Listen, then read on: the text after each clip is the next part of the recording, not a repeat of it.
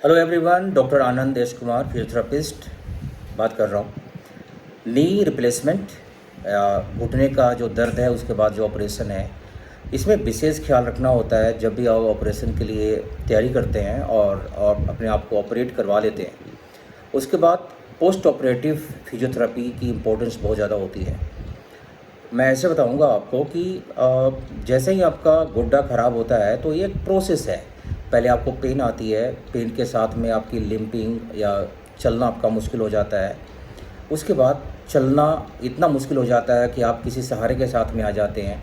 Muscles आपके काम करने इसका मतलब बंद कर देते हैं उस समय, या फिर फॉल्टी पोस्चर हो जाती है, नी बोइंग हो जाती है, या अंदर या बाहर की तरफ आ जाता है। ऐसे केसेस में मसल्स की जो अलाइनमेंट है, मसल्स की जो काइनेसोलॉजी है, काइनेमेटिक्स है, वो भी चेंज हो जाती है।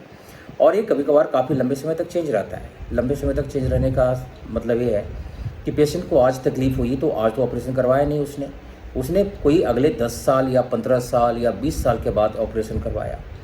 तो इन बीच में मसल्स में काफ़ी चेंजेस आते हैं, आपके बोन्स में काफ़ी चेंजेस आते हैं, और ये आपके शरीर में परमानेंटली आकर के रुक जाता है। जब आप ऑपरेशन अब करवा लेते हैं तो आपके पास में एक अच्छा ऑप्शन ये होता है कि उन चीज़ों को भी ठीक किया जाए जो आपने समय के साथ में आपके बॉडी के कारण से वो ख़राब हुआ। इसमें इम्पोर्टेंस सबसे ज़्यादा यही है कि जब भी आप ऑपरेट करवाते हैं ना, तो शुरू के जो 3 महीने होते हैं वो बड़े ही क्रूशियल, बहुत ही इम्पोर्टेंस है उसका।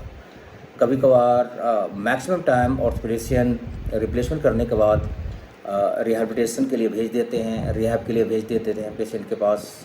कोई फिजियो चला जाता है या फिर पेशेंट खुद ही फिजियो के पास में चला जाता है। तो चांसेस ये होते हैं कि उनकी वो सारी की सारी जो वीकनेस है मसल्स की, जो मसल्स में जो एंड्यूली फाइब्रोसिस है, जो नोडल्स बने हुए हैं, और जो मसल्स में काम करने का जो तरीका होता है, इनर रेंज, आउटर रेंज और मिडिल रेंज, इसमें प्रॉपर पावर आ जाती है। कुछ ऐसे मसल्स होते हैं जिसके कारण से आपका गुड्डा ना बिल्कुल सीधा सीधा काम करता है, और वो नी के कुछ ऐसे मसल्स होते हैं। टेक्निकली इतनी एडवांस ये साइंस है फिजियोथेरेपी, समझना और समझाना ये दोनों ही बड़े मायने रखते हैं। अगर पेशेंट समझ जाए तो अपने लेवल पर उसको ठीक कर लेता है, ना समझे तो थोड़ा सा मुश्किल है, फिर आप फिजियोथेरेपिस्ट को ही इन्वॉल्व होने दें उस चीज़ को ठीक करने में।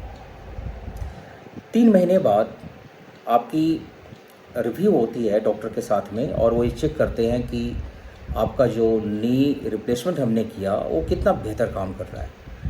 ये रिव्यू इतनी इंपॉर्टेंस रखती है, इससे आपके फर्दर आगे की लाइफस्टाइल को आप कैलकुलेट कर सकते हैं कि हाँ, मेरी बॉडी जो है किस लेवल की है, और अब मैं कौन कौन से ऐसी चीज़ें हैं जो मैं कर सकता हूँ। कितने आप रिस्क लेकर के आप अपने आप को किस लेवल तक जा सकते हैं। कभी कभार कुछ लोगों को मैंने देखा है कि बाथरूम में वो किसी कारण से स्लिप हो जाते हैं, गिर जाते हैं आफ्टर नी TKR रिप्लेसमेंट के बाद, अब वो उठ नहीं पाते। इसका सीधा सीधा जिम्मेवारी जो है वो डॉक्टर्स पर चला जाता है कि उन्होंने गुड्डे तो चेंज कर लिया, लेकिन उन्होंने उठने का तरीका या फिर जो टोटल उनका रिहैब का जो प्रोटोकॉल है उनको फिजियोथेरेपिस्ट के सहारे से या उसके द्वारा उन्होंने उससे नहीं करवाया। तो ये एक बहुत ही बड़ा रिस्क फैक्टर होता है उन पेशेंट में जिन्होंने रिप्लेसमेंट करवाई, और रिप्लेसमेंट के बाद भगवान भरोसे छोड़ दिया आपने अपने आप को, जो बिल्कुल ठीक नहीं है।